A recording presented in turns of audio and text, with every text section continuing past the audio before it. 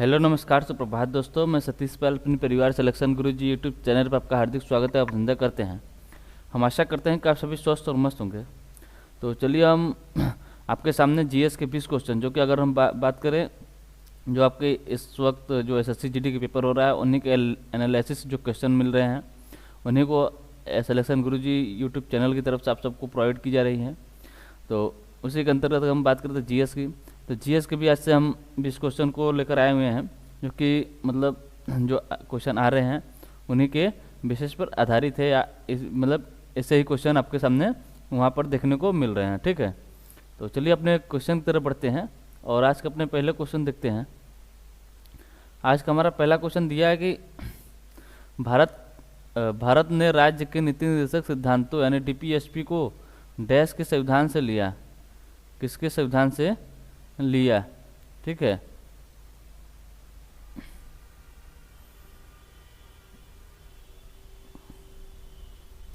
तो पूछ रहा है कि जो आपका भारत के मतलब संविधान की बात करें, किसके संविधान के अंदर नीति निर्देशक तत्व यानी डीपीएसपी को किस संविधान से लिया गया। ऑप्शन है दिया आपका ऑस्ट्रेलिया, ऑप्शन बी दिया आयरलैंड और ऑप्शन सी दिया, यहाँ पर तीन ही ऑप्शन दिया हुआ है। ऑप्शन सी कह दिया है जर्मनी। तो नीति निर्देशक तत्व की अगर हम बात करें तो नीति निर्देशक तत्व अगर पूछे किस संविधान मतलब किस देश के संविधान से लिया गया है, तो लिया गया आपके आयरलैंड के संविधान से। कहाँ से? आयरलैंड के संविधान से लिया गया है। ठीक है, यानी ऑप्शन बी हमारी यानी ऑप्शन नंबर 2 हमारा जो है सही आंसर होता है। ठीक, अगर हम अगले क्वेश्चन की बात करें, अगला क्वेश्चन दिया है कि भारतीय राष्ट्रीय कांग्रेस के पहले सत्र में कितने प्रतिनिधियों ने भाग लिया था। भारतीय राष्ट्रीय कांग्रेस के पहले सत्र में कितने प्रतिनिधियों ने भाग लिया था। ठीक है, तो अगर हम पहले बात कर लेते हैं भारत के जो आपका भारतीय राष्ट्रीय कांग्रेस थी, इसका गठन कब हुआ था। भारतीय राष्ट्रीय कांग्रेस के गठन की बात करें तो हुआ था 1885 में। कब हुआ था? 1885 में। इसकी पहली बैठक कब हुई थी? तो हुई थी आपका 28 दिसंबर 1885 को इसकी पहली बैठक हुई थी। 28 दिसंबर 1885 को। इसके अध्यक्ष कौन थे? इसके अध्यक्ष थे आपके WC बनर्जी। और इसका गठन कब हुआ? गठन हुआ था आपका 1885 में। किसने किया था? एओ ह्यूम ने इसका गठन किया था। ठीक, 28 दिसंबर 1885 को पहली बैठक होती है, जिसमें अगर पूछे टोटल कितने सदस्य भाग लिए थे, तो टोटल आपके 72 सदस्य भाग लिए थे। अगर पूछे ये जो आपका पहले बैठक था कहाँ पर हुआ था, होना था पुणे में, लेकिन वहाँ पर प्लेग फैलने के कारण यह मुंबई में हुआ था। कहाँ पर? मुंबई में। मुंबई के कहाँ पर? गोकुलदास तेजपाल। गोकुलदास कहाँ तक हुआ था? गोकुलदास तेजपाल संस्कृत विश्वविद्यालय में। गोकुलदास तेजपाल संस्कृत विश्वविद्यालय में।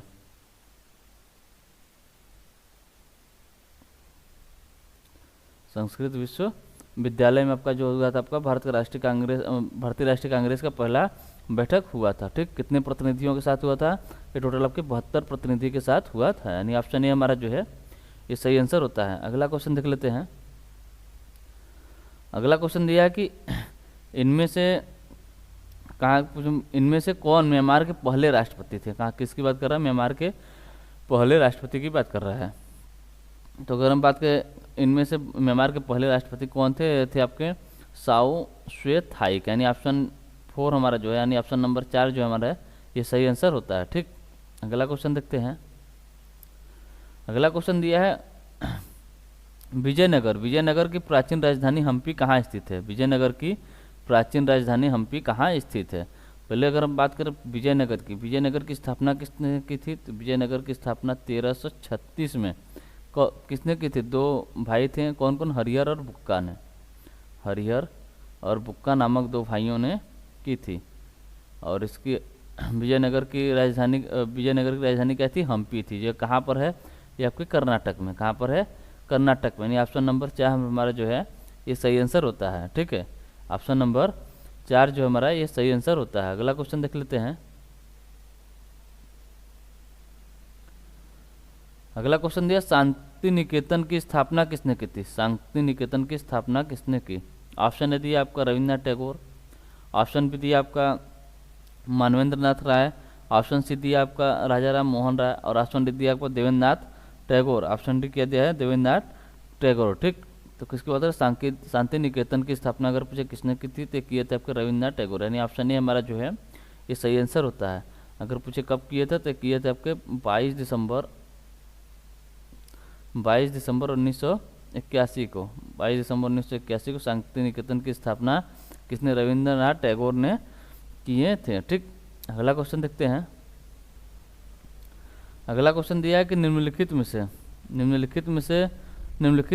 में से किस प्रसिद्ध शहनाई वादक को भारत रत्न से सम्मानित किया गया है। ऑप्शन ए दिया पंडित राम सहाय मिश्रा, ऑप्शन बी दिया उस्ताद बिस्मिल्लाह खान, ऑप्शन सी दिया अनंत लाल, और ऑप्शन डी दिया आपका अली अहमद हुसैन खान। तो अगर पूछे निम्न में से किसको मतलब कौन ऐसे शहनाई वादक हैं जो जिसे भारत रत्न दिया गया है, तो ये आपके कौन है, उस्ताद बिस्मिल्लाह खां है। कौन है, उस्ताद बिस्मिल्लाह खां है। ऑप्शन बी हमारा जो है सही आंसर होता है। अगर हम शहनाई की बात आई है तो शहनाई के बारे में बता दें आपको कि पहले क्वेश्चन बताया था आपको, कई बार बताया कि एकमात्र महिला शहनाई वादक कौन है। एकमात्र महिला शहनाई वादक अगर पूछे कौन है, तो ये आपकी बागेश्वरी कमर है। कौन है, बागेश्वरी कमर जो है आपके एकमात्र, मतलब महिला में एक ही है जो शहनाई बजाती हैं। एकमात्र शहनाई वादक जो है आपके कौन है, तो वे आपके बागेश्वरी कमर जी हैं। ठीक, अगला क्वेश्चन देख लेते हैं। अगला क्वेश्चन दिया निम्नलिखित में से कौन सी एक सदिश राशि है। ऑप्शन ए दिया द्रव्यमान, ऑप्शन बी दिया आपका संवेग, ऑप्शन बी दिया आपका कोण, और ऑप्शन डी दिया आपका गति। ऑप्शन डी किया दिया है गति। ठीक है, तो किसकी बात कर रहा है, सदिश राशि की। सदिश राशि अगर पूछे किसे कहते हैं, तो वो भौतिक राशि जिसमें आपका कोण और परिमाण और दिशा दोनों होता है, उसे सदिश राशि कहते हैं। और जिसमें सिर्फ आपका क्या होता है, परिमाण होता है, दिशा नहीं होता, उसे अदिश राशि कहते हैं। ठीक है, तो इसमें दिया आपका द्रव्यमान दिया, संवेग दिया, कोण दिया और गति। तो पूछा सदिश इसमें कौन सा है, सदिश की बात करें तो इसमें सदिश क्या हो जाएगा, संवेग हो जाएगा। यानी ऑप्शन बी हमारा जो है ये सही आंसर होता है। अगले क्वेश्चन की बात करते हैं। अगला क्वेश्चन दिया है जिंक के साथ, क्या दिया है, जिंक के साथ सल्फ्यूरिक ऑक्साइड के अपक्रिया करने पर कौन सी गैस निर्मित होती है, यानी डैश गैस निर्मित होती है। मतलब पूछा कौन सी गैस निर्मित होती है, किसकी बात कर रहा है, जिंक के साथ सल्फ्यूरिक ऑक्साइड के अपक्रिया करने पर। तो अगर पूछे कौन सी गैस यहाँ पर मतलब निर्मित होती है, यहाँ पर ऑक्सीजन गैस जो है आपकी निर्मित होती है। यानी ऑप्शन ए हमारा जो है ये सही आंसर होता है। ऑप्शन ए सही आंसर होता है। अगला क्वेश्चन देखते हैं। अगला क्वेश्चन दिया पानीपत की दूसरी लड़ाई किसके बीच हुई थी। पानीपत की दूसरी लड़ाई किसके बीच हुई थी। ऑप्शन ए दिया बाबर और लोधी, ऑप्शन बी दिया अकबर और हेमू, ऑप्शन सी दिया आपका अलीराज और चंद्रगुप्त मौर्य, और ऑप्शन डी दिया अकबर और लोधी। तो पानीपत की दूसरी लड़ाई की बात कर रहा है। पानीपत की दूसरी लड़ाई कब हुई थी, तो हुई थी आपको 1556 में। और अगर पूछे पहली पानीपत की पहली लड़ाई कब हुई थी, तो हुई थी आपको 1526 में। 1526 में पानीपत की पहली लड़ाई हुई थी। किसके किसके बीच हुई थी, बाबर और इब्राहिम लोधी के बीच पहली लड़ाई हुई थी। यहाँ पर बात कर रहा है दूसरी लड़ाई की। दूसरी लड़ाई कब हुई, 1556 में हुई। किसके किसके बीच हुई, अकबर और हेमू के बीच। यानी ऑप्शन बी हमारा जो है ये सही आंसर होता है। ठीक, अगला क्वेश्चन देखते हैं। अगला क्वेश्चन दिया उच्च न्यायालय को अनुच्छेद डैश के तहत, उच्च न्यायालय को अनुच्छेद डैश के तहत रिट जारी करने की शक्ति है। ऑप्शन दिया अनुच्छेद 32, ऑप्शन बी दिया आपका अनुच्छेद 220, ऑप्शन सी दिया आपका अनुच्छेद 226, और ऑप्शन डी दिया आपका अनुच्छेद 344। तो उच्च न्यायालय जो है आपको इसको रिट जारी करने की शक्ति किस अनुच्छेद के तहत है, तो अनुच्छेद 226 के तहत है। किसके तहत है, अनुच्छेद 226 के तहत है। ठीक, अगला क्वेश्चन देख लेते हैं। अगला क्वेश्चन दिया है कि अनुच्छेद 44 का संबंध, अनुच्छेद 44 का संबंध है। ऑप्शन ए दिया आंदोलन की स्वतंत्रता का अधिकार, ऑप्शन बी दिया सर्वोच्च न्यायालय की शक्तियाँ, ऑप्शन सी दिया आपका निषेध, और ऑप्शन डी दिया समान नागरिक संहिता। ऑप्शन डी दिया है आपका समान नागरिक संहिता। तो अनुच्छेद 44 का संबंध अगर पूछे किससे है, तो इसका संबंध है आपका समान नागरिक संहिता से। यानी ऑप्शन नंबर 4, यानी ऑप्शन नंबर 4 हमारा जो है ये सही आंसर होता है। अगला क्वेश्चन देख लेते हैं। अगला क्वेश्चन दिया कि भाखड़ा नांगल बांध किस नदी पर बनाया गया है। भाखड़ा नांगल बांध किस नदी पर बनाया गया है। ऑप्शन ए दिया आपका रवि, ऑप्शन बी दिया सतलुज, ऑप्शन सी दिया कोसी और ऑप्शन डी दिया आपका ब्यास। तो भाखड़ा नांगल बांध की अगर हम बात करते किस नदी पर है, ये आपके सतलुज नदी है। कहाँ पर है, हिमाचल प्रदेश में, ठीक। यानी ऑप्शन नंबर 2 हमारा जो है ये सही आंसर होता है। अगला क्वेश्चन देखते हैं। अगला क्वेश्चन दिया डैश खेल के तीनों प्रारूप टेस्ट मैच, एक दिवसीय अंतर्राष्ट्रीय और 20-20 यानी 20-20 अंतर्राष्ट्रीय खेलने वाले सबसे कम उम्र के भारतीय क्रिकेटर हैं। मतलब सबसे कम उम्र के ऐसे कौन भारतीय क्रिकेटर हैं जो तीनों प्रारूपों में मैच खेल चुके हैं। कौन कौन से, टेस्ट मैच, एक दिवसीय यानी वनडे बोले, या T20, ठीक। तीनों खेलने वाले सबसे कम उम्र के भारतीय क्रिकेटर कौन हैं। ऑप्शन दिया ईशांत शर्मा, ऑप्शन बी दिया कुलदीप यादव, ऑप्शन सी दिया आपका ऋषभ पंत और ऑप्शन डी दिया आपका हार्दिक पांड्या।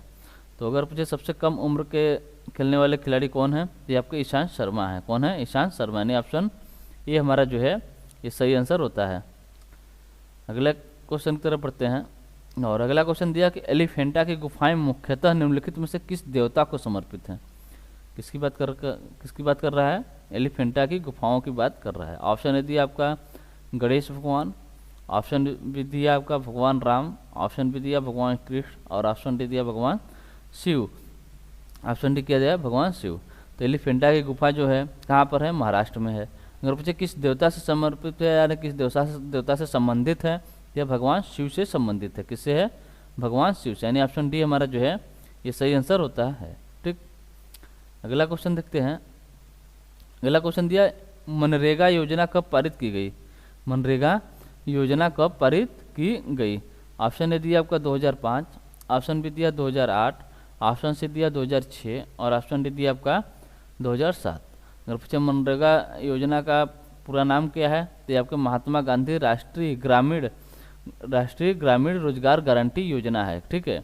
ये मनरेगा, अगर पूछे इसे पारित कब किया गया था, तो 2005 में से पारित किया गया था। ऑप्शन ए हमारा जो है सही आंसर होता है। अगला क्वेश्चन देख लेते हैं। अगला क्वेश्चन दिया किसे 1 जनवरी 2023 को रेलवे बोर्ड के अध्यक्ष और मुख्य कार्यकारी अधिकारी CEO के रूप में नियुक्त किया गया है। ऑप्शन ए दिया जगदीप सिंह, ऑप्शन बी दिया आपका सुनील शर्मा, ऑप्शन सी दिया अनिल कुमार लाहोटी और ऑप्शन डी दिया आपका कुलदीप नैयर। ऑप्शन डी क्या दिया है, कुलदीप नैयर, ठीक। तो अगर हम बात करें 1 जनवरी 2023 को रेलवे बोर्ड के अध्यक्ष और मुख्य कार्यकारी अधिकारी किसे नियुक्त किया गया है, तो यह किया गया आपको अनिल कुमार लाहोटी को नियुक्त किया गया, यानी ऑप्शन सी हमारा, यानी ऑप्शन नंबर 3 जो है आपका सही आंसर होता है। अगला क्वेश्चन देख लेते हैं। चलिए अगला क्वेश्चन देखते हैं। अगला क्वेश्चन दिया केंद्र सरकार ने सशस्त्र बलों में युवाओं की भर्ती के लिए किस योजना को मंजूरी दी है। ऑप्शन ए दिया आपका समय, ऑप्शन बी दिया आपका योद्धा, ऑप्शन सी दिया अजय युवा और ऑप्शन डी दिया अग्निपथ। तो केंद्र सरकार की बात करें तो सशस्त्र बलों में युवाओं की भर्ती के लिए किस योजना को मंजूरी दी है। हाल ही में सबसे ज़्यादा चर्चित है क्या है, अग्निपथ, यानी ऑप्शन डी हमारा जो है ये सही आंसर होता है, ठीक। अगला क्वेश्चन देखते हैं। अगला क्वेश्चन दिया कि प्रधानमंत्री जनधन योजना किस वर्ष में शुरू की गई थी। प्रधानमंत्री जनधन योजना किस वर्ष में शुरू की गई थी। ऑप्शन ए दिया 2013, ऑप्शन बी दिया 2014, ऑप्शन सी दिया 2015 और ऑप्शन दिया 2016। तो प्रधानमंत्री जनधन योजना की अगर हम बात करें कब शुरू की गई थी, की गई थी 2014 में, यानी ऑप्शन बी हमारा जो है ये सही आंसर होता है, ठीक है। और आज के अंतिम क्वेश्चन देखते हैं। आज का हमारा अंतिम क्वेश्चन दिया कि निम्नलिखित में से कौन 10वें सिख गुरु थे। कौन 10वें सिख गुरु थे। ऑप्शन दिया गुरु नानक, ऑप्शन बी दिया गुरु अर्जुन देव, ऑप्शन सी दिया गुरु रामदास और ऑप्शन डी दिया गुरु गोविंद सिंह। तो निम्नलिखित में से अगर पूछे कौन 10वें सिख गुरु थे, तो ये थे गुरु गोविंद सिंह थे, यानी ऑप्शन डी हमारा जो है ये सही आंसर होता है, ठीक है। तो चलिए आज के लिए सिर्फ इतना ही रखते हैं और मिलते हैं आपसे अगले सेशन में। अगर सेशन आपको अच्छा लगा हो तो लाइक और सब्सक्राइब जरूर करिएगा, ठीक है। तो मिलते हैं आपसे अगले सेशन में, तब तक के लिए टेक केयर, बाय बाय, जय हिंद, जय भारत।